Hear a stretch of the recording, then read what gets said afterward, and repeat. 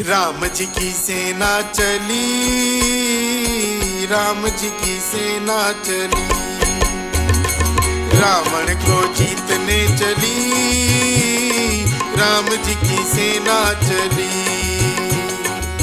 वानर भालू जोश में नाचे, आगे है बजरंग बली, राम जी की सेना चली, राम जी की सेना चली।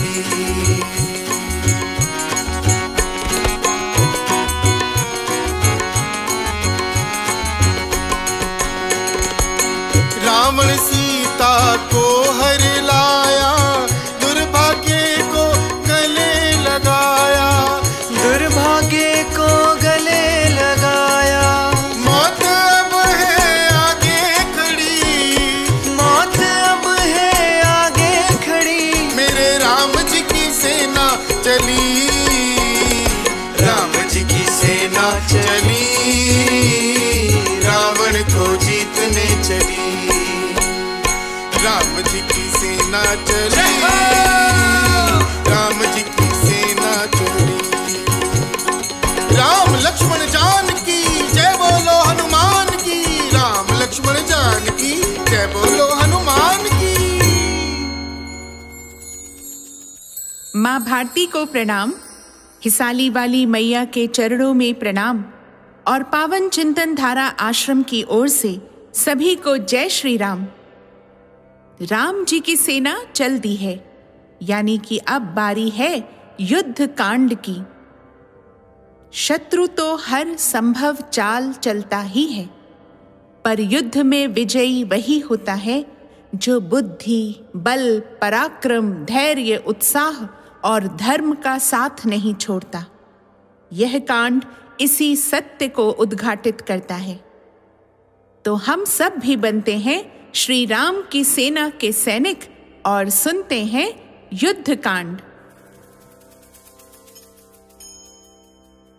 ओम श्री गणेशाय नमः। ओम श्री सरस्वते नमः।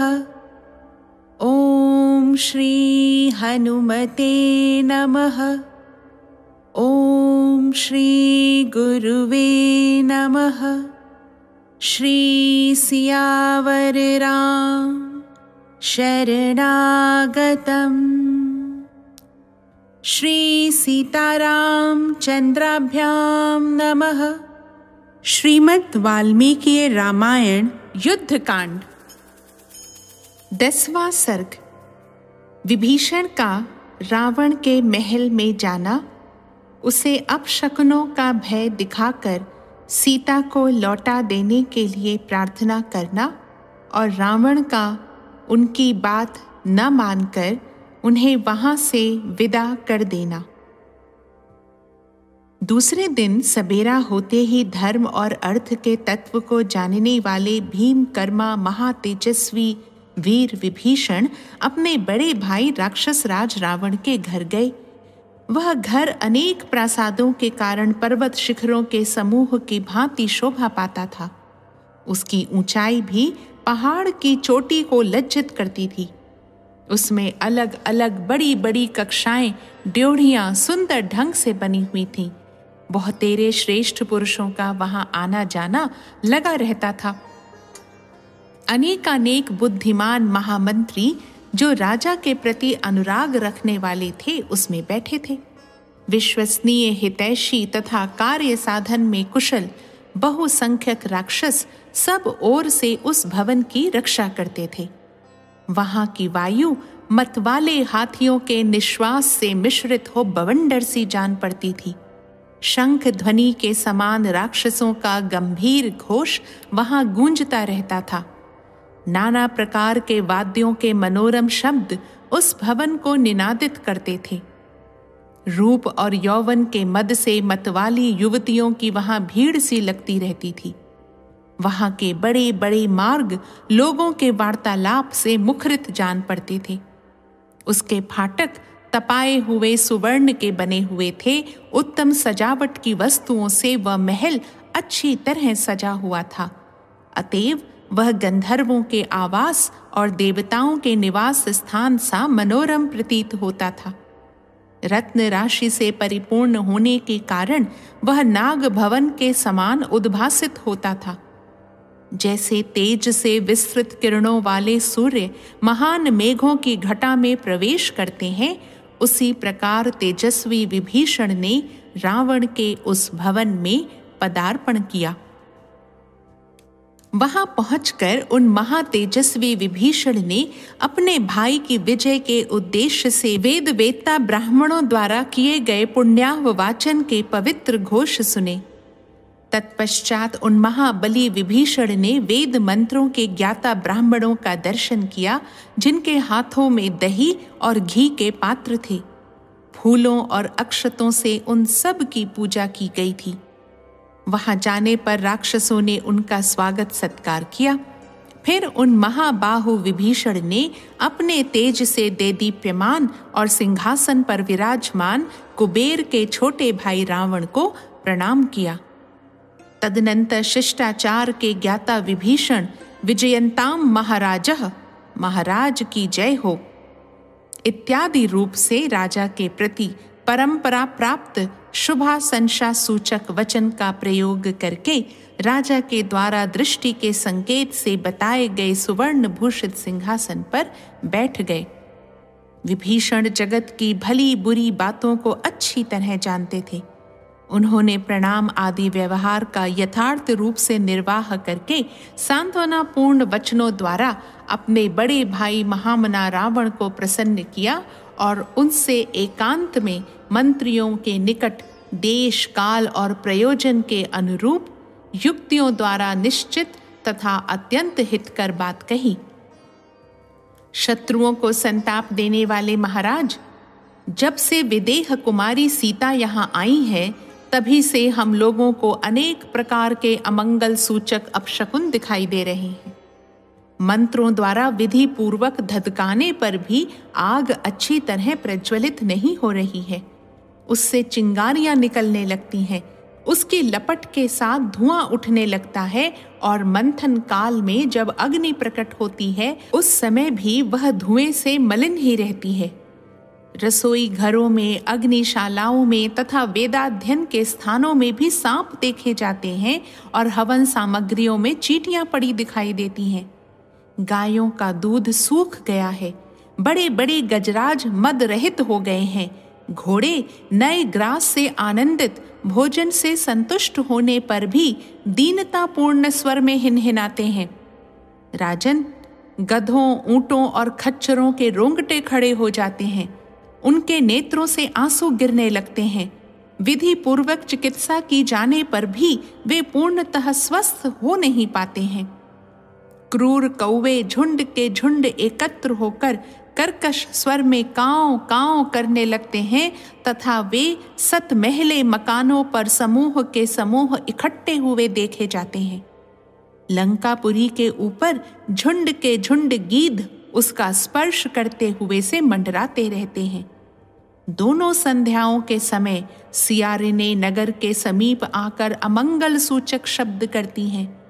नगर के सभी फाटकों पर समूह के समूह एकत्र हुए मांस भक्षी पशुओं के जोर जोर से किए जाने वाले चीत्कार बिजली की गड़गड़ाहट के समान सुनाई पड़ते हैं। वीरवर, ऐसी परिस्थिति में मुझे तो यही प्रायश्चित अच्छा जान पड़ता है कि विदेह कुमारी सीता श्री रामचंद्र जी को लौटा दी जाए। महाराज, यदि यह बात मैंने मोह या लोभ से कही हो तो भी आपको मुझ में दोष दृष्टि नहीं करनी चाहिए। सीता का अपहरण तथा इससे होने वाला अपशकुन रूपी दोष यहाँ की सारी जनता, राक्षस राक्षसी तथा नगर और अंतःपुर सभी के लिए उपलक्षित होता है। यह बात आपके कानों तक पहुंचाने में प्रायः सभी मंत्री संकोच करते हैं, परंतु जो बात मैंने देखी या सुनी है वह मुझे तो आपके आगे अवश्य निवेदन कर देनी चाहिए। अतः उस पर यथोचित विचार करके आप जैसा उचित समझें वैसा करें। इस प्रकार भाई विभीषण ने अपने मंत्रियों के बीच में बड़े भाई राक्षस राज रावण से ये हितकारी वचन कहे। विभीषण की ये हितकर महान अर्थ की साधक, कोमल, युक्ति संगत तथा भूत भविष्य और वर्तमान काल में भी कार्य साधन में समर्थ बातें सुनकर रावण को बुखार चढ़ आया। श्री राम के साथ वैर बढ़ाने में उसकी आसक्ति हो गई थी, इसलिए उसने इस प्रकार उत्तर दिया, विभीषण, मैं तो कहीं से भी कोई भय नहीं देखता। राम मिथिलेश कुमारी सीता को कभी नहीं पा सकते। इंद्र सहित देवताओं की सहायता प्राप्त कर लेने पर भी लक्ष्मण के बड़े भाई राम मेरे सामने संग्राम में कैसे टिक सकेंगे? ऐसा कहकर देव सेना के नाशक और सम्रांगण में प्रचंड पराक्रम प्रकट करने वाले महाबली दशानन ने अपने यथार्थवादी भाई विभीषण को तत्काल विदा कर दिया। इस प्रकार श्री वाल्मीकि निर्मित आर्ष रामायण आदि काव्य के युद्ध कांड में 10वां सर्ग पूरा हुआ। रामो राजमणिः सदा विजयते, रामं रमेशं भजे। रामेणाभिहता निशाचरचमू, रामाय तस्मै नमः। 11वां सर्ग। रावण और उसके सभासदों का सभा भवन में एकत्र होना। राक्षसों का राजा रावण मिथिलेश कुमारी सीता के प्रति काम से मोहित हो रहा था। उसके हितैषी सुहृद विभीषण आदि उसका अनादर करने लगे थे, उसके कुकृत्यों की निंदा करते थे तथा वह सीता हरण रूपी जघन्य पाप कर्म के कारण पापी घोषित किया गया था। इन सब कारणों से वह अत्यंत कृश, चिंता युक्त एवं दुर्बल हो गया था। वह अत्यंत काम से पीड़ित होकर बारंबार विदेह कुमारी का चिंतन करता था, इसलिए युद्ध का अवसर बीत जाने पर भी उसने उस समय मंत्रियों और सुहृदों के साथ सलाह करके युद्ध को ही समयोचित कर्तव्य माना। वह सोने की जाली से आच्छादित तथा मणि एवं मूंगों से विभूषित एक विशाल रथ पर, जिसमें सुशिक्षित घोड़े जुते हुए थे, जा चढ़ा। महान मेघों की गर्जना के समान घरघराहट पैदा करने वाले उस उत्तम रथ पर आरूढ़ हो राक्षस शिरोमणि दशग्रीव सभा भवन की ओर प्रस्थित हुआ। उस समय राक्षस राज रावण के आगे आगे ढाल, तलवार एवं सब प्रकार के आयुध धारण करने वाले बहुसंख्यक राक्षस योद्धा जा रहे थे। इस तरह भांति भांति के आभूषणों से विभूषित और नाना प्रकार के विकराल वेश वाले अगणित निशाचर उसे दाएं बाएं और पीछे की ओर से घेर कर चल रहे थे। रावण के प्रस्थान करते ही बहुत से अतिरथी वीर रथों, मतवाले गजराजों और खेल खेल में तरह तरह की चालें दिखाने वाले घोड़ों पर सवार हो तुरंत उसके पीछे चल दिए। किन्हीं के हाथों में गदा और परिघ शोभा पा रहे थे, कोई शक्ति और तोमर लिए हुए था, कुछ लोगों ने फरसे धारण कर रखे थे तथा अन्य राक्षसों के हाथों में शूल चमक रहे थे। फिर तो वहां सहस्त्रों वाद्यों का महान घोष होने लगा। रावण के सभा भवन की ओर यात्रा करते समय तुमुल शंख ध्वनि होने लगी। उसका वह विशाल रथ अपने पहियों की घरघराहट से संपूर्ण दिशाओं को प्रतिध्वनित करता हुआ सहसा शोभाशाली राजमार्ग पर जा पहुंचा। उस समय राक्षस राज रावण के ऊपर तना हुआ निर्मल श्वेत छत्र पूर्ण चंद्रमा के समान शोभा पा रहा था। उसके दाहिने और बाएं भाग में शुद्ध स्फटिक के डंडे वाले चंवर और व्यजन, जिसमें सोने की मंजरियां बनी हुई थीं, बड़ी शोभा पा रहे थे। मार्ग में पृथ्वी पर खड़े हुए सभी राक्षस दोनों हाथ जोड़ रथ पर बैठे हुए राक्षस शिरोमणि रावण को सिर झुकाकर वंदना करते थे। राक्षसों द्वारा की गई स्तुति, जय जयकार और आशीर्वाद सुनता हुआ शत्रु दमन महातेजस्वी रावण उस समय विश्वकर्मा द्वारा निर्मित राजसभा में पहुंचा। उस सभा के फर्श में सोने चांदी का काम किया हुआ था तथा बीच बीच में विशुद्ध स्फटिक भी जड़ा गया था। उसमें सोने के काम वाले रेशमी वस्त्रों की चादरें बिछी हुई थीं। वह सभा सदा अपनी प्रभा से उद्भासित होती रहती थी। 600 पिशाच उसकी रक्षा करते थे। विश्वकर्मा ने उसे बहुत ही सुंदर बनाया था। अपने शरीर से सुशोभित होने वाले महातेजस्वी रावण ने उस सभा में प्रवेश किया। उस सभा भवन में वैदूर्य मणि नीलम का बना हुआ एक विशाल और उत्तम सिंहासन था, जिस पर अत्यंत मुलायम चमड़े वाले प्रियक नामक मृग का चर्म बिछा था और उस पर मसनद भी रखा हुआ था। रावण उसी पर बैठ गया। फिर उसने अपने शीघ्रगामी दूतों को आज्ञा दी, तुम लोग शीघ्र ही यहाँ बैठने वाले सुविख्यात राक्षसों को मेरे पास बुला ले आओ, क्योंकि शत्रुओं के साथ करने योग्य महान कार्य मुझ पर आ पड़ा है। इस बात को मैं अच्छी तरह समझ रहा हूँ, अतः इस पर विचार करने के लिए सब सभासदों को यहाँ आना अत्यंत आवश्यक है। रावण का यह आदेश सुनकर वे राक्षस लंका में सब ओर चक्कर लगाने लगे। वे एक एक घर, विहार स्थान, शयनागार और उद्यान में जा जाकर बड़ी निर्भयता से उन सब राक्षसों को राजसभा में चलने के लिए प्रेरित करने लगे। तब उन राक्षसों में से कोई रथ पर चढ़कर चले, कोई मतवाले हाथियों पर और कोई मजबूत घोड़ों पर सवार होकर अपने अपने स्थान से प्रस्थित हुए। बहुत से राक्षस पैदल ही चल दिए। उस समय दौड़ते हुए रथों, हाथियों और घोड़ों से व्याप्त हुई वह पुरी बहुसंख्यक गरुड़ों से आच्छादित हुए आकाश की भांति शोभा पा रही थी। गंतव्य स्थान तक पहुंचकर अपने अपने वाहनों और नाना प्रकार की सवारियों को बाहर ही रखकर वे सब सभासद पैदल ही उस सभा भवन में प्रविष्ट हुए, मानो बहुत से सिंह किसी पर्वत की कंदरा में घुस रहे हों। वहां पहुंचकर उन सब ने राजा के पांव पकड़े तथा राजा ने भी उनका सत्कार किया। तत्पश्चात कुछ लोग सोने के सिंहासनों पर, कुछ लोग कुश की चटाइयों पर और कुछ लोग साधारण बिछौनों से ढकी हुई भूमि पर ही बैठ गए। राजा की आज्ञा से उस सभा में एकत्र होकर वे सब राक्षस राज रावण के आसपास यथा योग्य आसनों पर बैठ गए।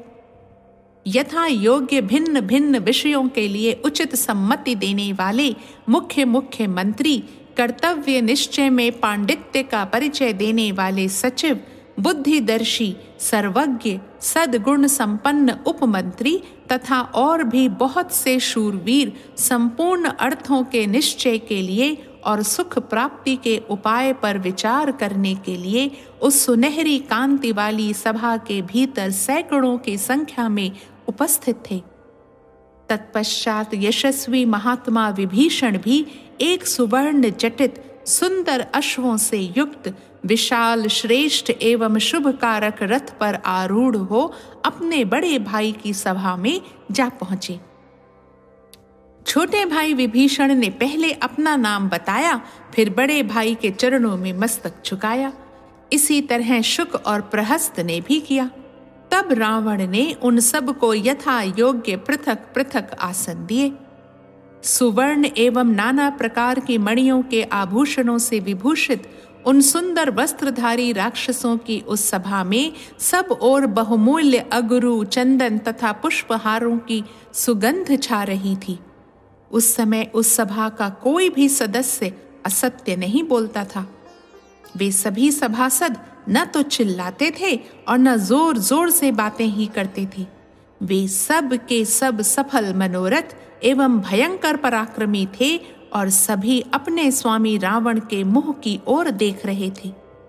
उस सभा में शस्त्रधारी महाबली मनस्वी वीरों का समागम होने पर उनके बीच में बैठा हुआ मनस्वी रावण अपनी प्रभा से उसी प्रकार प्रकाशित हो रहा था जैसे वसुओं के बीच में वज्रधारी इंद्र दैदीप्यमान होते हैं। इस प्रकार श्री वाल्मीकि निर्मित आर्ष रामायण आदि काव्य के युद्ध कांड में 11वां सर्ग पूरा हुआ। रामो राजमणि सदा विजयते रामं रमेशं भजे, रामेणाभिहता निशाचरचमू, रामाय तस्मै नमः। 12वां सर्ग। नगर की रक्षा के लिए सैनिकों की नियुक्ति, रावण का सीता के प्रति अपनी आसक्ति बताकर उनके हरण का प्रसंग बताना और भावी कर्तव्य के लिए सभासदों की सम्मति मांगना, कुंभकर्ण का पहले तो उसे फटकारना, फिर समस्त शत्रुओं के वध का स्वयं ही भार उठाना। शत्रु विजयी रावण ने उस संपूर्ण सभा की ओर दृष्टिपात करके सेनापति प्रहस्त को उस समय इस प्रकार आदेश दिया। सेनापते, तुम सैनिकों को ऐसी आज्ञा दो जिससे तुम्हारे अस्त्र विद्या में पारंगत रथी, घुड़सवार, हाथी सवार और पैदल योद्धा नगर की रक्षा में तत्पर रहें। अपने मन को वश में रखने वाले प्रहस्त ने राजा के आदेश का पालन करने की इच्छा से सारी सेना को नगर के बाहर और भीतर यथा योग्य स्थानों पर नियुक्त कर दिया। नगर की रक्षा के लिए सारी सेना को तैनात करके प्रहस्त राजा रावण के सामने आ बैठा और इस प्रकार बोला, राक्षस राज, आप महाबली महाराज की सेना को मैंने नगर के बाहर और भीतर यथास्थान नियुक्त कर दिया है। अब आप स्वस्थ चित्त होकर शीघ्र ही अपने अभीष्ट कार्य का संपादन कीजिए। राज्य का हित चाहने वाले प्रहस्त की यह बात सुनकर अपने सुख की इच्छा रखने वाले रावण ने सुहृदों के बीच में यह बात कही, सभासदों, धर्म, अर्थ और काम विषयक संकट उपस्थित होने पर आप लोग प्रिय अप्रिय, सुख दुख, लाभ हानि और हिताहित का विचार करने में समर्थ हैं। आप लोगों ने सदा परस्पर विचार करके जिन जिन कार्यों का आरंभ किया है वे सब के सब मेरे लिए कभी निष्फल नहीं हुए हैं। जैसे चंद्रमा ग्रह और नक्षत्रों सहित मरुद गणों से घिरे हुए इंद्र स्वर्ग की संपत्ति का उपभोग करते हैं, उसी भांति आप लोगों से घिरा रहकर मैं भी लंका की प्रचुर राज लक्ष्मी का सुख भोगता रहूं, यही मेरी अभिलाषा है। मैंने जो काम किया है उसे मैं पहले ही आप सबके सामने रखकर आपके द्वारा उसका समर्थन चाहता था, परंतु उस समय कुंभकर्ण सोए हुए थे, इसलिए मैंने इसकी चर्चा नहीं चलाई। समस्त शस्त्रधारियों में श्रेष्ठ महाबली कुंभकर्ण 6 महीने से सो रहे थे, अभी इनकी नींद खुली है। मैं दंडकारण्य से, जो राक्षसों के विचरने का स्थान है, राम की प्यारी रानी जनक दुलारी सीता को हर लाया हूं, किंतु वह मंदगामिनी सीता मेरी शैया पर आरूढ़ होना नहीं चाहती है। मेरी दृष्टि में तीनों लोकों के भीतर सीता के समान सुंदरी दूसरी कोई स्त्री नहीं है। उसके शरीर का मध्य भाग अत्यंत सूक्ष्म है, कटी के पीछे का भाग स्थूल है, मुख शरत काल के चंद्रमा को लज्जित करता है। वह सौम्य रूप और स्वभाव वाली सीता सोने की बनी हुई प्रतिमा सी जान पड़ती है। ऐसा लगता है जैसे वह मयासुर की रची हुई कोई माया हो। उसके चरणों के तलवे लाल रंग के हैं, दोनों पैर सुंदर, चिकने और सुडौल हैं तथा उनके नख तांबे जैसे लाल हैं। सीता के उन चरणों को देखकर मेरी कामाग्नि प्रज्वलित हो उठती है। जिसमें घी की आहुति डाली गई हो, उस अग्नि की लपट और सूर्य की प्रभा के समान इस तेजस्विनी सीता को देखकर तथा ऊंची नाक और विशाल नेत्रों से सुशोभित उसके निर्मल एवं मनोहर मुख का अवलोकन करके मैं अपने वश में नहीं रह गया हूं। काम ने मुझे अपने अधीन कर लिया है। जो क्रोध और हर्ष दोनों अवस्थाओं में समान रूप से बना रहता है, शरीर की कांति को फीकी कर देता है और शोक तथा संताप के समय भी कभी मन से दूर नहीं होता, उस काम ने मेरे हृदय को कलुषित व्याकुल कर दिया है। विशाल नेत्रों वाली माननीय सीता ने मुझसे 1 वर्ष का समय मांगा है। इस बीच में वह अपने पति श्री राम की प्रतीक्षा करेगी। मैंने मनोहर नेत्रों वाली सीता के उस सुंदर वचन को सुनकर उसे पूर्ण करने की प्रतिज्ञा कर ली है। जैसे बड़े मार्ग में चलते चलते घोड़ा थक जाता है, उसी प्रकार मैं भी काम पीड़ा से थकावट का अनुभव कर रहा हूं। वैसे तो मुझे शत्रुओं की ओर से कोई डर नहीं है, क्योंकि वे वनवासी वानर अथवा वे दोनों दशरथ कुमार श्री राम और लक्ष्मण असंख्य जल जंतुओं तथा मत्स्यों से भरे हुए अलंघ्य महासागर को कैसे पार कर सकेंगे, अथवा एक ही वानर ने आकर हमारे यहाँ महान संहार मचा दिया था, इसलिए कार्य सिद्धि के उपायों को समझ लेना अत्यंत कठिन है। अतः जिसको अपनी बुद्धि के अनुसार जैसा उचित जान पड़े वह वैसा ही बतावे। तुम सब लोग अपने विचार अवश्य व्यक्त करो। यद्यपि हमें मनुष्य से कोई भय नहीं है, तथापि तुम्हें विजय के उपाय पर विचार तो करना ही चाहिए। उन दिनों जब देवताओं और असुरों का युद्ध चल रहा था, उसमें आप सब लोगों की सहायता से ही मैंने विजय प्राप्त की थी। आज भी आप मेरे उसी प्रकार सहायक हैं। वे दोनों राजकुमार सीता का पता पाकर सुग्रीव आदि वानरों को साथ लिए समुद्र के उस तट तक पहुंच चुके हैं। अब आप लोग आपस में सलाह कीजिए और कोई ऐसी सुंदर नीति बताइए जिससे सीता को लौटाना न पड़े तथा वे दोनों दशरथ कुमार मारे जाएं। वानरों के साथ समुद्र को पार करके यहाँ तक आने की शक्ति जगत में राम के सिवा और किसी में नहीं देखता हूँ, किंतु राम और वानर यहाँ आकर भी मेरा कुछ बिगाड़ नहीं सकते। अतः यह निश्चय है कि जीत मेरी ही होगी। कामातुर रावण का यह खेदपूर्ण प्रलाप सुनकर कुंभकर्ण को क्रोध आ गया और उसने इस प्रकार कहा, जब तुम लक्ष्मण सहित श्री राम के आश्रम से एक बार स्वयं ही मनमाना विचार करके सीता को यहाँ बलपूर्वक हर लाए थे, उसी समय तुम्हारे चित्त को हम लोगों के साथ इस विषय में सुनिश्चित विचार कर लेना चाहिए था। ठीक उसी तरह जैसे यमुना जब पृथ्वी पर उतरने को उद्यत हुई, तभी उन्होंने यमुनोत्री पर्वत के कुंड विशेष को अपने जल से पूर्ण किया था। पृथ्वी पर उतर जाने के बाद उनका वेग जब समुद्र में जाकर शांत हो गया, तब वे पुनः उस कुंड को नहीं भर सकती। उसी प्रकार तुमने भी जब विचार करने का अवसर था, तब तो हमारे साथ बैठकर विचार किया नहीं। अब अवसर बिताकर सारा काम बिगड़ जाने के बाद तुम विचार करने चले हो। महाराज, तुमने जो यह छल पूर्वक छिपकर पर स्त्री हरण आदि कार्य किया है, यह सब तुम्हारे लिए बहुत अनुचित है।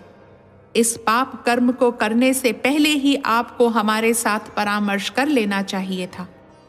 दशानन, जो राजा सब राज कार्य न्याय पूर्वक करता है, उसकी बुद्धि निश्चय पूर्ण होने के कारण उसे पीछे पछताना नहीं पड़ता है। जो कर्म उचित उपाय का अवलंबन किए बिना ही किए जाते हैं तथा जो लोक और शास्त्र के विपरीत होते हैं, वे पाप कर्म उसी तरह दोष की प्राप्ति कराते हैं जैसे अपवित्र आभिचारिक यज्ञों में होम गए भविष्य। जो पहले करने योग्य कार्यों को पीछे करना चाहता है और पीछे करने योग्य काम पहले ही कर डालता है, वह नीति और अनीति को नहीं मानता। शत्रु लोग अपने विपक्षी के बल को अपने से अधिक देखकर भी यदि वह हर काम में चपल जल्दबाज है, तो उसका दमन करने के लिए उसी तरह उसके छिद्र ढूंढते रहते हैं जैसे पक्षी दुर्लंघे क्रौंच पर्वत को लांघ कर आगे बढ़ने के लिए उसके उस छिद्र का आश्रय लेते हैं जिसे कुमार कार्तिकेय ने अपनी शक्ति का प्रहार करके बनाया था। महाराज, तुमने भावी परिणाम का विचार किए बिना ही यह बहुत बड़ा दुष्कर्म आरंभ किया है। जैसे विष मिश्रित भोजन खाने वाले के प्राण हर लेता है, उसी प्रकार श्री रामचंद्र जी तुम्हारा वध कर डालेंगे। उन्होंने अभी तक तुम्हें मार नहीं डाला, इसे अपने लिए सौभाग्य की बात समझो। अनग, यद्यपि तुमने शत्रुओं के साथ अनुचित कर्म आरंभ किया है, तथापि मैं तुम्हारे शत्रुओं का संहार करके सबको ठीक कर दूंगा। निशाचर, तुम्हारे शत्रु यदि इंद्र, सूर्य, अग्नि, वायु, कुबेर और वरुण भी हों तो मैं उनके साथ युद्ध करूंगा और तुम्हारे सभी शत्रुओं को उखाड़ फेंकूंगा। मैं पर्वत के समान विशाल एवं तीखी दाढ़ों से युक्त शरीर धारण करके महान परिघ हाथ में ले समर भूमि में जूझता हुआ जब गर्जना करूंगा, उस समय देवराज इंद्र भी भयभीत हो जाएंगे। राम मुझे एक बाण से मारकर दूसरे बाण से मारने लगेंगे, उसी बीच में मैं उनका खून पी लूंगा। इसलिए तुम पूर्णतः निश्चिंत हो जाओ। मैं दशरथ नंदन श्री राम का वध करके तुम्हारे लिए सुखदायिनी विजय सुलभ कराने का प्रयत्न करूंगा। लक्ष्मण सहित राम को मारकर समस्त वानर यूथपतियों को खा जाऊंगा। तुम मौज से विहार करो, उत्तम वारुणी का पान करो और निश्चिंत होकर अपने लिए हितकर कार्य करते रहो। मेरे द्वारा राम के यमलोक भेज दिए जाने पर सीता चिरकाल के लिए तुम्हारे अधीन हो जाएगी। इस प्रकार श्री वाल्मीकि निर्मित आर्ष रामायण आदि काव्य के युद्ध कांड में 12वां सर्ग पूरा हुआ। रामो राजमणिः सदा विजयते, रामं रमेशं भजे। रामेणाभिहता निशाचरचमू, रामाय तस्मै नमः।